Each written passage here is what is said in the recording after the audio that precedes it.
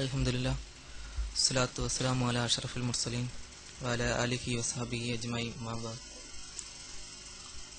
സ്നേഹാദരണീയരായ സഹോദരങ്ങളെ, സഹോദരിമാരെ, അള്ളാഹുവിൻ്റെ അനുഗ്രഹങ്ങളും രക്ഷയും നിങ്ങൾക്കെപ്പോഴും ഉണ്ടായിരിക്കട്ടെ. ഒരുപാട് മതങ്ങൾക്ക് അഭയകേന്ദ്രമായ നമ്മുടെ ഭാരതം, പല മതങ്ങളും വളരുകയും പല തത്വശാസ്ത്ര സംഹിതകളും തഴച്ചു വളർന്ന് ഇവിടെ മണ്ണടിഞ്ഞു പോയ ഒരു സമൂഹം.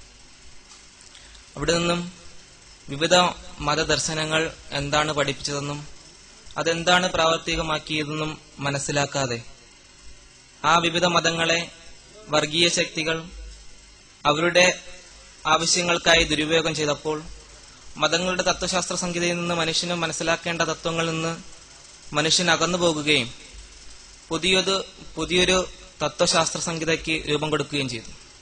അങ്ങനെയാണ് 1918 കാലഘട്ടങ്ങളിൽ പല പ്രസ്ഥാനങ്ങൾ രൂപമെടുക്കുകയും അവയെല്ലാം മനുഷ്യ മനസ്സുകളിൽ ഉണ്ടാക്കിയ പ്രത്യയശാസ്ത്രങ്ങൾ മനുഷ്യന് ഉൾക്കൊള്ളാൻ കഴിയാത്ത രീതിയിൽ തകർന്നടിക്കുകയും ചെയ്തു.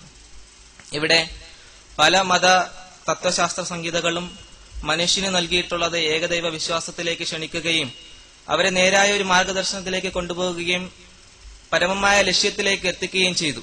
എന്നാൽ അത് മതപുരോഹിതന്മാരുടെ കൈകടത്തലുകൾ മൂലം പല മതങ്ങളും തങ്ങളുടെ ആവശ്യങ്ങൾക്ക് വേണ്ടി വിനിയോഗിക്കപ്പെടുന്ന ഒരു മാർഗദർശനമാക്കി മാറ്റി എന്നതാണ് സത്യം.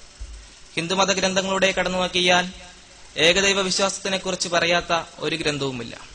അവിചാര്യന്ത്യമാ മൂഢമാനുഷീതനുമാശ്രിതം പരംഭാവമജാനന്ദോ മമഭൂത മഹേശ്വരം. ദൈവത്തിന് യഥാവിധി അറിയാത്തവൻ മൂഢനാണെന്നാണ് ഹിന്ദുമത ഗ്രന്ഥങ്ങൾ പഠിപ്പിക്കുന്നത്. എന്നാൽ ഇതിൽ നിന്ന് വ്യത്യസ്തമായി മതഗ്രന്ഥങ്ങളെ മനുഷ്യന് പഠിപ്പിക്കാതെ അത് മൂടി വെപ്പിച്ചുകൊണ്ട് ഒരു തത്വശാസ്ത്ര സംഹിതയ്ക്ക് രൂപം കൊടുക്കുകയും മനുഷ്യന് മതം എന്താണെന്ന് പഠിപ്പിക്കാതെ മനുഷ്യൻ എന്തിനാണ് ജീവിക്കേണ്ടതെന്നും അവൻ ആരാകേണ്ടതെന്നും അവൻ ഏത് ലക്ഷ്യത്തിലേക്കാണ് എത്തേണ്ടതെന്നും പഠിപ്പിക്കാതെ പോയ സമുദായങ്ങൾ. ഇവിടെ നിന്നും പല തത്വശാസ്ത്ര സംഹിതകളും ഉണ്ടാകുകയും അതൊന്നും മനുഷ്യന് ഉൾക്കൊള്ളാൻ കഴിയാത്ത രീതിയിൽ ക്യാമ്പസുകളിലേക്കും അതുപോലെ തന്നെ വിദ്യാർത്ഥി രാഷ്ട്രീയത്തിലേക്കും കടന്നു കയറുകയും മതങ്ങൾ വേണ്ട എന്ന് വലിച്ചെറിഞ്ഞുകൊണ്ട് സ്വന്തം സഹോദരന്റെ മുതുകത്ത് പോലും രാഷ്ട്രീയ പ്രസ്ഥാനത്തിന്റെ ചിഹ്നങ്ങൾ കുത്തിക്കുറിക്കുവാൻ രാഷ്ട്രീയ ക്യാമ്പസുകൾ ഉപയോഗപ്പെടുത്തിയപ്പോൾ മതം എന്നും ഒരു കറുപ്പ് ശക്തിയായി തന്നെയാണ് വിദ്യാർത്ഥി സമൂഹത്തിൽ ഉൾക്കൊള്ളാൻ കഴിഞ്ഞിട്ടുള്ളത്. അവിടെ നിന്ന് ഒരു മാറ്റത്തിന് വിധേയമാകണമെങ്കിൽ വിവിധ മതദർശനങ്ങൾ പഠിക്കുകയും അത് ഉൾക്കൊള്ളുകയും ചെയ്യുന്ന ഒരു സമൂഹത്തിലേക്ക് ഇറങ്ങിച്ചെല്ലണം. അതിനെന്താണ് വഴി? അതിന് തത്വശാസ്ത്ര സംഹിതകൾ വിശദീകരിക്കുമ്പോൾ അതിന്റെ മൂലഭാഗത്തോട് നിന്ന് പഠിക്കുവാനുള്ള മനസാക്ഷി ഉണ്ടാകണം. അങ്ങനെ തിരുവനന്തപുരം ജില്ലയിൽ നെയ്യാറ്റിൻകര എന്ന ഭാഗത്താണ് ഞാൻ ജനിച്ചു വളർന്നിട്ടുള്ളത്. ഒരു ഹിന്ദു സമൂഹത്തിൽ ജനിക്കുകയും ഹിന്ദു മതാചാരങ്ങൾ അനുഷ്ഠിക്കുകയും അത് ജീവിതത്തിൽ പകർത്തുകയും അതുപോലൊപ്പം തന്നെ RSSന്റെ ശാഖയിൽ ഉൾപ്പെട്ട ഒരു കുടുംബമായതുകൊണ്ട് ജീവിതകാലം മുഴുവനും അതിനുവേണ്ടി പ്രവർത്തിക്കണമെന്നും ഈ രാഷ്ട്രം ഒരു ഹിന്ദു രാഷ്ട്രമാക്കണമെന്നുമുള്ള അതിയായ ആഗ്രഹം. അതാണ് RSSകാരനായ ഓരോരുത്തന്റെയും ആവശ്യമെന്നുള്ള നിലക്ക് അതിനെയാണ് ജീവിത ലക്ഷ്യമായി കണ്ടുപോകുന്നത്. അവിടെ നിന്ന് പഠിക്കുമ്പോൾ മറ്റു മതദർശനങ്ങൾ ഇതിലേക്ക് കടന്നു വരികയും ഈ ലോകത്ത് അവരവരുടെ ആധിപത്യം സമർപ്പിക്കുവാൻ ശ്രമിക്കുന്നുണ്ട്, അതിനെ എതിർക്കണമെന്നും അത് പഠിപ്പിക്കുന്ന തത്വശാസ്ത്ര സംഹിതകളെ എതിർക്കണമെന്നുള്ള വലിയമായ ഒരു ആശ. അതിനെങ്ങനെ സാധിക്കും? അവരുടെ പ്രസിദ്ധീകരണങ്ങൾ വായിക്കുകയും അതിലൂടെ അവരെ എതിർക്കാൻ പറ്റുന്ന രീതിയിൽ അത്രയും എതിർക്കുകയും ഈ ലോകത്ത് നിന്ന് അവരെ കെട്ടുകെട്ടിക്കണമെന്ന് പഠിപ്പിക്കുകയും ചെയ്യുന്നു. എന്റെ കുഞ്ഞുനാൾ മുതൽ തന്നെ അച്ഛന്റെ കൈ പിടിച്ചുകൊണ്ട് RSSന്റെ ശാഖകളിലേക്ക് പോകുമ്പോൾ മനസ്സിനും എന്നും ഒരു ആശയുണ്ടായിരുന്നു. ആ തത്വശാസ്ത്ര സംഹിത ഉൾക്കൊണ്ട് അച്ഛന്റെയും അതുപോലെ തന്നെ പാരമ്പര്യമായി കൊണ്ടുപോകുന്ന ആ കൂട്ടുകെട്ടിൽ നിന്നുകൊണ്ട് പ്രവർത്തിക്കണമെന്നുള്ളൊരു ആശ. അങ്ങനെ പഠിക്കുമ്പോൾ ഇവിടുത്തെ പല ഇസ്ലാമിക സംഘടനകളും പുറത്തിറക്കിക്കൊണ്ടിരിക്കുന്ന പല പുസ്തകങ്ങളും നമ്മുടെ RSSന്റെ ശാഖകളിൽ പരാമർശിക്കാറുണ്ട്. അവരുൾക്കൊള്ളുന്നതും സ്വന്തമായ ഒരു ദീനിനെ നിലനിർത്തണമെന്ന ആശയോടല്ല, മറിച്ച് ഞാൻ പേരെടുത്ത് തന്നെ പറയാം, ജമാഅത്ത് ഇസ്ലാമി പോലെയുള്ള സംഘടനകളുടെ പുസ്തകങ്ങൾ പല ശാഖകളിലും ഇന്നും അതിനെ പരാവർത്തനം ചെയ്ത് പഠിപ്പിക്കുകയും അതിൽ പറയുന്ന ഒരു രാഷ്ട്രീയ അല്ലെങ്കിൽ ഇവിടെ ഒരു ഭരണം ഉണ്ടാക്കണം, ഇതിനെ ഒരു ഇസ്ലാമിക രാഷ്ട്രമാക്കണമെന്ന അവരുടെ അതിയായ താല്പര്യം നമുക്കൊരിക്കലും ഒഴിച്ചുകൂടി നിർത്തിയാൻ പറ്റാത്ത ഒരു അവസ്ഥയാണ് എന്ന് പഠിപ്പിക്കുന്നു RSSന്റെ ശാഖയിൽ. ഇവിടെ നിന്ന് പല പുസ്തകങ്ങളിലും കിട്ടുകയും അതുപോലെ തന്നെ മുഹമ്മദ് നബി സല്ലല്ലാഹു അലൈഹി വസല്ലം ആദ്യ കാലഘട്ടങ്ങളിൽ പ്രബോധനം നടത്തിയത് ഈ ലോകത്തിലേക്ക് കടന്നു വരുന്ന പല ആളുകളേക്കും പ്രബോധനത്തിന്റെ ബാധ്യത എന്ന നിലക്ക് വാളും ഖുറാനും കൊണ്ട് പരിചയപ്പെടുത്തിയെന്നാണ്. എന്താണ് വാളും ഖുറാനും കൊണ്ട് പരിചയപ്പെടുത്തിയത്? ഒരു കൈയിൽ വാളും മറ്റൊരു കൈയിൽ ഖുറാനും വച്ചുകൊണ്ട് ഇതിൽ ഏതാണ് ആവശ്യമെന്ന് മനുഷ്യ സമൂഹത്തിനോട് ചോദിക്കുകയും അതിൽ ഖുറാൻ വേണ്ട എന്ന് പറയുന്നവനെ വാളുകൊണ്ട് വെട്ടുന്ന ഒരു അവസ്ഥ, അല്ലെങ്കിൽ അവനെ വധിച്ചു കളയുന്ന ഒരു അവസ്ഥയാണ് മുഹമ്മദ് നബി സല്ലല്ലാഹു അലൈഹി വസല്ലം പഠിപ്പിച്ചു എന്നാണ് ഞാൻ ആദ്യകാലങ്ങളിൽ പഠിച്ചു തുടങ്ങിയത്. അതുപോലെ തന്നെ ഇപ്പോഴാണ് എനിക്ക് മനസ്സിലാകുന്ന ഖുത്ബകൾ എന്ന് പറയുന്നത് ആദ്യത്തെ മുമ്പ് മനസ്സിലാക്കിയിരുന്നത് വെള്ളിയാഴ്ച പ്രസംഗമെന്നാണ് മനസ്സിലാക്കിയിരുന്നത്. അവിടെ പല പള്ളികളും തന്നെ വാള് ഉപയോഗിച്ചുകൊണ്ട് ഖുത്ബ നടത്തുകയും അതുപോലെ തന്നെ ഒരു കൈയിൽ പുസ്തകം പിടിക്കുകയും ചെയ്യുന്നതിനെ കുറിച്ച് പരാമർശിച്ചിരുന്നത് ആ മുഹമ്മദ് നബി സല്ലല്ലാഹു അലൈഹി വസല്ലം ആദ്യം എങ്ങനെയാണ് പ്രബോധനം നടത്തിയത് അതുപോലെയാണ് അവിടെ പറയുന്നു എന്നാണ്. അപ്പോൾ അത് മനസ്സിലാക്കാൻ കഴിയില്ല. കാരണം അവിടെ പറയുന്ന അറബിയിലാണ് പറയുന്നത്. ഒരു കയ്യിൽ വാളുണ്ട്, മറ്റൊരു കയ്യിൽ പുസ്തകമുണ്ട്. അവിടെ ചോദിക്കപ്പെടുന്ന നിങ്ങൾക്ക് ഖുറാൻ വേണോ വാൾ വേണോ എന്നാണ് ചോദിക്കുന്നത്. ഖുറാൻ വേണ്ട എന്ന് പറയുന്നതിനെ വധിക്കുവാനും അതിനനുസരിച്ച് പ്രവർത്തിക്കുവാനുമാണ് വെള്ളിയാഴ്ച ഖുത്ബകളിൽ പറയുന്നു എന്നാണ് RSSന്റെ ശാഖയിൽ പഠിപ്പിച്ചു പോകുന്നത്. അപ്പോൾ ഈ കാര്യങ്ങൾ പഠിക്കണമെന്ന വലിയൊരു ആശയോടെ പല പുസ്തകങ്ങൾ തിരയുകയും ആ പുസ്തകത്തിൽ നിന്നും ഏറ്റവും അധികം സ്വാധീനിച്ച ഒരു കാര്യം ഏകദൈവ വിശ്വാസം തന്നെയാണ്. ഏകദൈവ വിശ്വാസത്തിനെ കുറിച്ച് ഒരു ചിന്ത പോലും ഞാൻ ആദ്യമുണ്ടായിരുന്ന സമൂഹത്തിൽ എനിക്ക് കാണുവാൻ കഴിഞ്ഞിട്ടില്ല. പല ക്ഷേത്രങ്ങളിൽ പോകുകയും അവിടുത്തെ ആചാരങ്ങൾ അനുഷ്ഠിക്കുമ്പോഴും മനസ്സിന് ഒരു ആഗ്രഹമുണ്ടായിരുന്നു ദൈവത്തിൽ നിന്നുള്ള ഈ ലോകത്ത് കിട്ടേണ്ട അനുഗ്രഹങ്ങൾ മാത്രം. അത് തന്നെയാണ് ഇന്ന് ക്യാമ്പസുകളിലും കാണുന്നത്. മുസ്ലിം സമൂഹത്തിനിടയിൽ ഒരുപാട് കാണപ്പെടുന്ന ഒരു കാര്യം. ഈ ലോകത്ത് ഏത് മതദർശനം ഉൾക്കൊള്ളുന്നവനും ദൈവത്തിന്റെ ആനുകൂല്യങ്ങൾ കൊടുക്കുന്നത് എല്ലാവർക്കും ഒരുപോലെയാണ്. അതുകൊണ്ട് നാളെയുടെ ഒരു കാര്യം ചിന്തിക്കേണ്ട ആവശ്യമില്ല. അങ്ങനെ ചിന്തിക്കാത്തിടത്തോളം സൃഷ്ടാവിനെ കണ്ടെത്തുവാനും കഴിയില്ല എന്ന് തന്നെയാണ് സത്യം. എന്നാൽ നാളെ ഒരു ജീവിതത്തിനെ കുറിച്ച് ചിന്തിക്കുമ്പോൾ ഈ ലോകത്ത് നമുക്ക് തരുന്ന ദൈവത്തിനെ എല്ലാ ആനുകൂല്യങ്ങളും നമ്മൾ കൈപ്പറ്റുമ്പോഴും നാളത്തെ ഒരു വിചാരമുണ്ടാകുമ്പോൾ ദൈവത്തിനെ കണ്ടെത്തുവാൻ സാധിക്കുന്നു. അതുപോലെ ഞാനിങ്ങനെ ഏകദൈവ വിശ്വാസത്തിനെ കുറിച്ചുള്ള പുസ്തകങ്ങൾ പഠിച്ചുകൊണ്ടിരിക്കുന്ന അവസരത്തിൽ മറ്റുള്ള വേദഗ്രന്ഥങ്ങളിൽ നിന്നും അല്ലെങ്കിൽ മറ്റുള്ള മത തത്വങ്ങളിൽ നിന്നും വ്യത്യസ്തമായി ഇസ്ലാമിൽ എന്താണ് ഏകത്വത്തിന് പ്രത്യേകത? കാരണം ഇസ്ലാമിൽ ഏകത്വ വിശ്വാസം നിലനിൽക്കുകയും അതുപോലെ തന്നെ മുസ്ലിങ്ങളുടെ എല്ലാ ആചാരങ്ങളും കൂട്ടായ്മയോടെ നിർവഹിക്കുന്ന ഒരു കാഴ്ച. പലരും ഹജ്ജ് ചെയ്യുമ്പോൾ ഒരുമിച്ച് ഹജ്ജ് ചെയ്യുകയും നമസ്കരിക്കുമ്പോൾ ഒരുമിച്ച് നമസ്കരിക്കുകയും എന്ത് പ്രാർത്ഥന നടത്തിയാലും അവർ ഒരുമിച്ച് നടത്തുകയും ചെയ്യുന്ന ഒരു കാഴ്ചപ്പാടുണ്ടായപ്പോൾ ഒരു ഒത്തൊരുമയുടെ ഒരു കാര്യം കാണാൻ കഴിഞ്ഞു. പല ക്ഷേത്രങ്ങളിലും പല വിഗ്രഹങ്ങളിലും പ്രതിഷ്ഠിക്കുകയും അതിൽ ഒരു വിഗ്രഹത്തിനെ പൂജിക്കുന്നവൻ മറ്റൊരു വിഗ്രഹത്തിനെ പൂജിക്കാൻ പാടില്ല എന്ന് പോലുമുള്ള ഒരു വർഗീയമായ കാര്യം ഇന്നും ഹിന്ദുമതത്തിൽ നടന്നുകൊണ്ടിരിക്കുകയാണ്.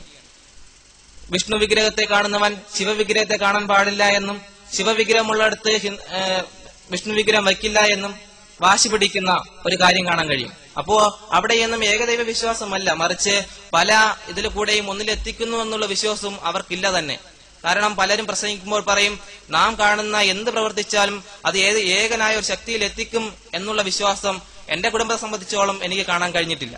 അപ്പോൾ അങ്ങനെ പഠിച്ചുകൊണ്ടിരിക്കുന്ന അവസരത്തിൽ ഒരു സത്യാന്വേഷിയുടെ ആ മാർഗത്തിൽ നിന്ന് പല പുസ്തകങ്ങളും തിരയുകയും ആ പുസ്തകത്തിലെ കാര്യങ്ങൾ ജീവിതത്തിൽ പകർത്തിക്കൊണ്ടിരിക്കുന്ന അവസരത്തിൽ എന്റെ വീട്ടുകാർക്ക് എന്റെ സ്വഭാവത്തിൽ വന്ന മാറ്റം, RSS ശാഖയോട് നിന്നുള്ള ഒരു മാറ്റം, പിന്നെ ക്ഷേത്രത്തിൽ പോവാതെ അങ്ങനെ പല കാര്യങ്ങളിൽ നിന്നുള്ള വിട്ടുവീഴ്ച, അത് അവരിൽ സംശയമുണ്ടാക്കുകയും എന്നിൽ നിന്ന് പല പുസ്തകങ്ങൾ പിടിച്ചെടുക്കുകയും ചെയ്തു. ആ പുസ്തകങ്ങൾ നശിപ്പിക്കുകയും പിന്നെ ഇതിലേക്ക് അടുപ്പിക്കാത്ത രീതിയിൽ പല കാര്യങ്ങൾ ചെയ്തു. അതിനിടയിൽ തന്നെ ഒരു പള്ളിയിൽ പോയി നമസ്കരിക്കാൻ നിന്ന സമയത്ത് വീട്ടിൽ നിന്ന് വീട്ടുകാർ കൂട്ടിക്കൊണ്ടുപോയും അവിടെ വെച്ച് വർദ്ധിക്കുകയും പിന്നെ വീടിന്റെ ഒരു കോണിൽ മാനസികമായുള്ള തളർച്ചയിലായിരുന്നു. പിന്നെ അവിടെ നിന്ന് പുറത്തു പോകുവാനോ അല്ലെങ്കിൽ എന്താണ് കൂടുതൽ പഠിക്കേണ്ടതെന്നോ ഒരു ഇതുമില്ലാത്ത രീതിയിൽ ഇസ്ലാമികമായ ചിന്തയെ വല്ലാതെ മനസ്സിനെ കോരികിട്ടിക്കൊണ്ടിരിക്കുന്ന ഒരു അവസ്ഥയിൽ അവിടെ നിന്ന് എങ്ങനെയെങ്കിലും രക്ഷപ്പെടണം, കൂടുതൽ പഠിക്കണം, എങ്ങനെയാണ് പഠിക്കാൻ സാധിക്കുക? ഒരു വഴിയുമില്ല.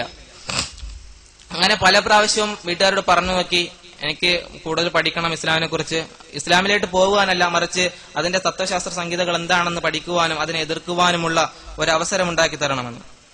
ഇങ്ങനെ പലവിധമായ ബഹിഷ്കരണങ്ങൾ നടത്തിക്കൊണ്ടിരിക്കുന്ന അവസരത്തിൽ ഇനി ഒരിക്കലും ഇതിൽ നിന്നൊരു മോചനം ഉണ്ടാവില്ല എന്ന രീതിയിൽ ഒരു ആത്മഹത്യാ ശ്രമം നടത്തുകയും അതിലൂടെ ഹോസ്പിറ്റലിലാക്കുകയും ചെയ്യുന്ന ഒരു അവസ്ഥ. ആ അവസ്ഥയിൽ സുഖം പ്രാപിച്ചു വരുന്ന അവസരത്തിൽ അവിടുത്തെ ഡോക്ടർ ചോദിച്ചു, എന്താണ് പ്രശ്നം, എന്താണ് ഇങ്ങനെ ചെയ്യാനുള്ള കാരണം? അപ്പോൾ ഡോക്ടറോട് ഞാൻ കാര്യം തുറന്നു പറഞ്ഞു. അപ്പോൾ അയാൾ എന്നെ അയാളുടെ റൂമിലേക്ക് കൂട്ടിക്കൊണ്ടുപോവുകയും അദ്ദേഹത്തിന്റെ അലമാര സെൽഫുകൾ തുറന്നു കാണിക്കുകയും ചെയ്തു. അതിൽ നിറയെ ഇസ്ലാമിക പുസ്തകങ്ങൾ. അദ്ദേഹത്തിന്റെ പേര് ജോർജ് എന്നാണ്. അയാൾ ഒരു ക്രിസ്ത്യാനിയാണ്. അദ്ദേഹം ഇസ്ലാമിനെ കുറിച്ച് പഠിച്ചുകൊണ്ടിരിക്കുകയും ഈ അവസരത്തിൽ ഇസ്ലാമിനെ സ്വീകരിക്കുവാൻ തയ്യാറായ ഒരു ആളുമാണ്. അദ്ദേഹത്തിന്റെ ഇത്തരത്തിലുള്ള അദ്ദേഹം ജോലി തുടങ്ങിയിട്ടേ ഉള്ളൂ. ഈ അവസരത്തിൽ അദ്ദേഹം ഇസ്ലാം ആശ്ലേഷിക്കുന്നു പറഞ്ഞാൽ അദ്ദേഹത്തിന് ജോലി നഷ്ടപ്പെടുകയും അതുപോലെ തന്നെ വീട്ടിൽ നിന്ന് പല പ്രശ്നങ്ങൾ ഉണ്ടാകുകയും രീതിയിലാണ് അദ്ദേഹം കഴിഞ്ഞുകൂടുന്നത്. അപ്പോൾ അദ്ദേഹം പറഞ്ഞു, എന്ത് വേണമെങ്കിലും സഹായം ചെയ്യാം, എങ്ങനെയും ഇസ്ലാമിനെ കുറിച്ച് പഠിക്കുക, നമുക്ക് രണ്ടുപേർക്ക് ഒരുമിച്ച് പോകാം. അങ്ങനെ നിൽക്കുന്ന അവസരത്തിൽ പല മുസ്ലിം സുഹൃത്തുക്കളെ പരിചയപ്പെടുകയും അവരിൽ നിന്നുണ്ടായ കാര്യങ്ങൾ, അവരിൽ നിന്നുണ്ടായ ഒരു ഉന്മേഷക്കുറവ്, അവർ തന്നെ ഇസ്ലാമികരമായി നമസ്കരിക്കുവാനോ അല്ലെങ്കിൽ ഇസ്ലാമികരമായ ഒരു കാര്യങ്ങൾ ചെയ്യുവാനോ കൂട്ടാക്കാത്ത അവസ്ഥയിൽ എനിക്കും പിന്നെയും പഴയതിലേക്ക് പോകാനുള്ള ഒരു ആശ. കാരണം മുസ്ലിം സമൂഹം ഇങ്ങനെയാണ്. പലരോടും പറഞ്ഞപ്പോൾ പലരും പറഞ്ഞു, ഈ മതം അത്ര ശരിയൊന്നുമല്ല, നമ്മളും പോയിക്കൊണ്ടിരിക്കുന്ന ജ്യോതിഷാലയത്തിലും അതുപോലെ തന്നെ അങ്ങനെയുള്ള കേന്ദ്രങ്ങളിലൊക്കെയാണ്. അപ്പോൾ നമുക്ക് ശാശ്വതമായ ഒരു അടിത്തറ ഈ മതത്തിൽ നൽകാൻ കഴിയില്ല. അതുകൊണ്ട് ശാശ്വതമായ ഒരു മതം, നിങ്ങൾ നിൽക്കുന്ന മതം തന്നെയാണ്, അതിലേക്ക് പോവുകയാണ് നിങ്ങളുടെ ആവശ്യം എന്ന് പറഞ്ഞു. അപ്പോൾ ഞാൻ വീണ്ടും ആലോചിച്ചു. കാരണം എന്റെ വീട്ടുകാരൻ എതിർപ്പും അതുപോലെ തന്നെ ഇത്തരം ബഹിഷ്കരണങ്ങളും വീട്ടിലെ അവസ്ഥയൊക്കെ കണ്ടിട്ട് എനിക്ക് പിന്നെയും തോന്നി, എന്തായാലും പഴയലേക്ക് തന്നെ തിരിച്ചു പോവാം. അങ്ങനെ എന്റെ ഒരു സുഹൃത്ത് ഷമീർ എന്നൊരു പയ്യൻ ഒരു സ്വഹാബികളുടെ ചരിത്രം കൊണ്ടുവന്നു. ആ ചരിത്രത്തിൽ ഇസ്ലാമെ ആശ്ലേഷിക്കുന്ന ഓരോ സ്വഹാബിയും ചെയ്യുന്ന ഓരോ പ്രവർത്തനങ്ങൾ, അവർക്ക് വേണ്ടി വന്ന പീഡനങ്ങൾ, അവർ സഹിക്കേണ്ടി വന്ന കാര്യങ്ങൾ, അവർ നാളെയുടെ ജീവിതത്തിന് വേണ്ടി ലക്ഷ്യമിട്ട കാര്യം, അപ്പോൾ അതെല്ലാം മനസ്സിൽ തറയ്ക്കുകയും വീണ്ടും പിന്നെയും ഇസ്ലാമിനെ വേണം എന്നുള്ളൊരു ആശ. അങ്ങനെ സത്യം കൂടുതൽ ഗ്രഹിക്കാൻ വേണ്ടി ഒരു ദിവസം നാട്ടിൽ നിന്ന് നാടുവിടുകയാണ് ഉണ്ടായത്. അങ്ങനെ കോഴിക്കോട് എത്തുകയും അവിടെ നിന്നൊരു സ്ഥാപനത്തിൽ നിന്ന് മതപഠനം തുടരുകയും ചെയ്തു. ആ അവസരത്തിൽ ഈ കേരളത്തിലെ വലിയ മതപണ്ഡിത പ്രസ്ഥാനം എന്ന് പറയപ്പെടുന്ന സുന്നി പ്രസ്ഥാനം, അതിന്റെ നേതാവ് കാന്തപുരം AP അബൂബക്കർ മുസ്ലിയാർ അവിടെ വന്ന് കാണുകയും അവിടെ നിന്ന് ഇസ്ലാമിനെ കൂടുതൽ പഠിക്കുവാൻ വേണ്ടി ക്ഷണിക്കുകയും അങ്ങനെ ആ സമയം സ്വീകരിച്ച് ആ പ്രസ്ഥാനത്തിലേക്ക് പോവുകയും ചെയ്തു. കാരണം ഇസ്ലാം എന്തെന്ന് പഠിച്ചുകൊണ്ടിരിക്കുന്ന അവസരത്തിൽ ഇത്തരം ആളുകളാണ് ഇസ്ലാമിക പ്രസ്ഥാനത്തിന്റെ ആചാര്യന്മാരെന്ന് കാണുകയും അവരുടെ വേഷ സംവിധാനവും അതുപോലെ തന്നെ എല്ലാ കാര്യങ്ങളും ഇസ്ലാമിന്റെ ആദർശം ഉൾക്കൊള്ളുകയാണെന്ന് മനസ്സിലാക്കി. അങ്ങനെ അതിലേക്ക് കടന്നു പോവുകയും അവിടെ പോയപ്പോൾ എന്റെ സമുദായത്തിൽ ഉണ്ടായിരുന്നേക്കാൾ അതിനപ്പുറമായ അവസ്ഥ. എന്താണ് അവിടെ കാണുന്നതിന് ഒരു കയ്യും കണക്കുമില്ല. ആളുകൾ ഇവിടെ നിർത്തിയിരിക്കുന്ന ബിംബത്തിന് മുമ്പിൽ അവരുടെ കാര്യങ്ങൾ അർപ്പിക്കുകയെന്ന് ഒരു ബോധമുണ്ടെങ്കിൽ ഈ ആളുകൾ പറയുന്ന ഇതിലൂടെ മറ്റൊന്ന് കണ്ടെത്തുമെന്ന് പറയുന്ന ആളുകൾ പോലും ചെയ്യാത്ത രീതിയിലുള്ള അപ്പുറമുള്ള കാര്യങ്ങൾ. അങ്ങനെ കേരളത്തിലൊട്ടാകെ ഒരു സിയാർത്ത് ടൂർ സംഘടിപ്പിക്കുകയും കാന്തപുരത്തിനോട് പല സിയാർത്ത് ടൂറുകൾ പങ്കെടുക്കുകയും ചെയ്തു. അപ്പോൾ അവിടെ കാണാൻ കഴിഞ്ഞത് മക്ബറകളെ കെട്ടിപ്പിടിച്ച് കരയുന്ന കാന്തപുരത്തിനെ, ആ ഷേഖുന പല കബറുകളിലെയും തുണികൾ മുത്തുന്ന ഒരവസ്ഥ. അപ്പോൾ ഇത്തരം ഒരു മത ആചാര്യൻ ഏകദൈവ വിശ്വാസത്തിനെ കൂടുതൽ പ്രോത്സാഹനം ചെയ്യുന്ന ഇസ്ലാമിലുണ്ട് എന്ന് മനസ്സിലാക്കുവാൻ കഴിഞ്ഞതും അവിടെ നിന്ന് എങ്ങനെയും രക്ഷപ്പെട്ടാൽ മതി, കാരണം ഉണ്ടായിരുന്ന മതത്തിലേക്ക് ചിരിച്ചു പോയാൽ മതി എന്നൊരവസ്ഥ. കാരണം ഇത്തരത്തിലൊരു അവസ്ഥയിൽ പിടിച്ചു നിൽക്കാൻ ആർക്കും കഴിയില്ല. കാരണം അവിടെ കാണുന്നതും പ്രവർത്തിക്കുന്നതും അവരുടെ നേർച്ചയും വഴിപാടും അതുപോലെ തന്നെ മനുഷ്യന്റെ പേരിൽ അർക്കപ്പെടുന്ന മൃഗങ്ങളും, ഇവിടെ ഞാൻ കണ്ടതും പഠിച്ചതും അതുപോലെ തന്നെ വായിച്ച പുസ്തകങ്ങളിൽ ഒന്നും ഇല്ലാത്ത കുറെ ആശയങ്ങൾ. ഇതൊക്കെ അവരോട് ചോദിച്ചാൽ തരുന്ന മറുപടി ഇപ്പോഴൊന്നും പഠിക്കാറായിട്ടില്ല, ഇനി പഠിച്ചു വരുമ്പോൾ കിതാബ് ഓതി വരുമ്പോഴേ മനസ്സിലാവൂ, അതിനുശേഷം എല്ലാം തിരിയുള്ളൂ. അപ്പോ ചെറിയ ചെറിയ ഇസ്ലാമിലെ ചെറിയ ചെറിയ പുസ്തകങ്ങളിൽ നിന്ന് വായിക്കപ്പെടുന്ന കാര്യങ്ങൾ പോലും ചോദിക്കുന്ന അവസരത്തിൽ ഇതിനെ വ്യാഖ്യാനിക്കപ്പെടുന്ന പണ്ഡിതന്മാരുണ്ട്. പണ്ഡിതന്മാർ പറയുന്നതാണ് അനുസരിക്കേണ്ടത്.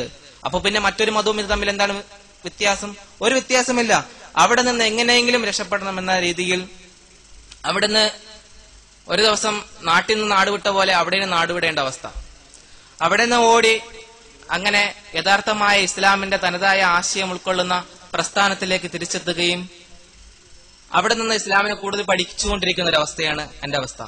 ഇതിൽ നിന്നും എന്റെ സഹോദരന്മാരോട് എനിക്ക് പറയുവാനുള്ളത്, ദീനുൽ ഇസ്ലാമിന്റെ ദഅവത്ത് അത് മാനുഷ്യ മൂല്യങ്ങളെ കൂടുതൽ ഉറപ്പുള്ളതാക്കുകയും നാളെ നമ്മുടെ ജീവിതത്തിന് കൂടുതൽ പ്രാധാന്യമുള്ളതുമായ ഒരു വസ്തുതയാണ്.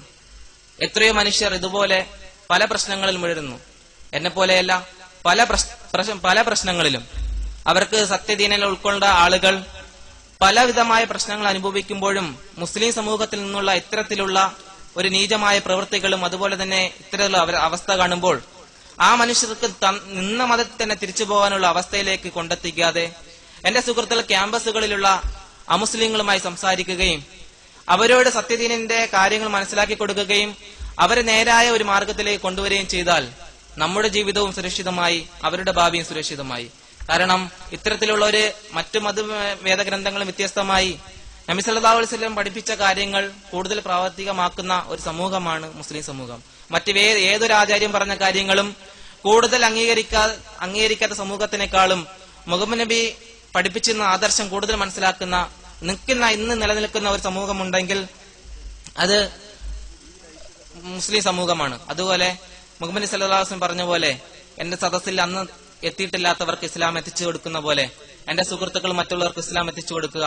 അതിലൂടെ നമ്മുടെ ഭാവിയും സുരക്ഷിതമാക്കുക, മറ്റുള്ളവരുടെ ഭാവിയും സുരക്ഷിതമാക്കുക. ഞാൻ നിർത്തുകയാണ്. അസ്സലാമു അലൈക്കും.